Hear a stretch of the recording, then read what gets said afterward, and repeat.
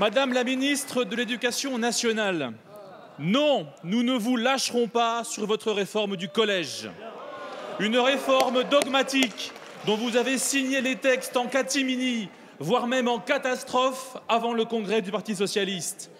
Non, vous n'écoutez pas les enseignants, vous n'écoutez pas les parents d'élèves, dont l'un des premiers syndicats vient de désavouer son président. Non, nous ne vous lâcherons pas sur cette réforme, car elle est l'essence même de l'égalitarisme socialiste qui tire la France vers le bas. Non, Madame la Ministre, vous n'êtes pas la digne héritière de Jules Ferry.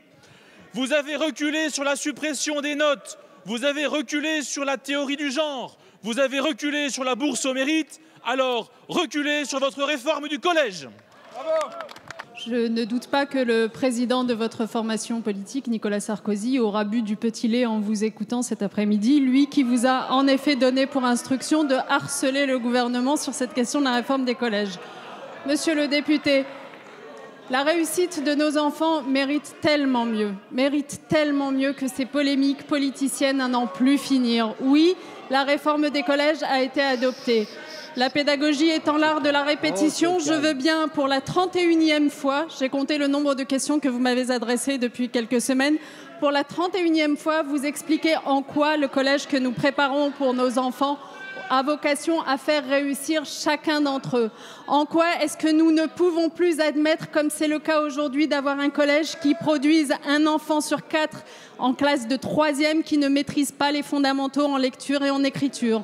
En quoi est-ce qu'avec de l'accompagnement personnalisé, avec du travail en petits groupes, avec de nouvelles pratiques pédagogiques dont toutes les enquêtes démontrent les vertus, nous allons mieux faire réussir pas simplement 15% d'élèves, mais tous les collégiens, 100% des collégiens.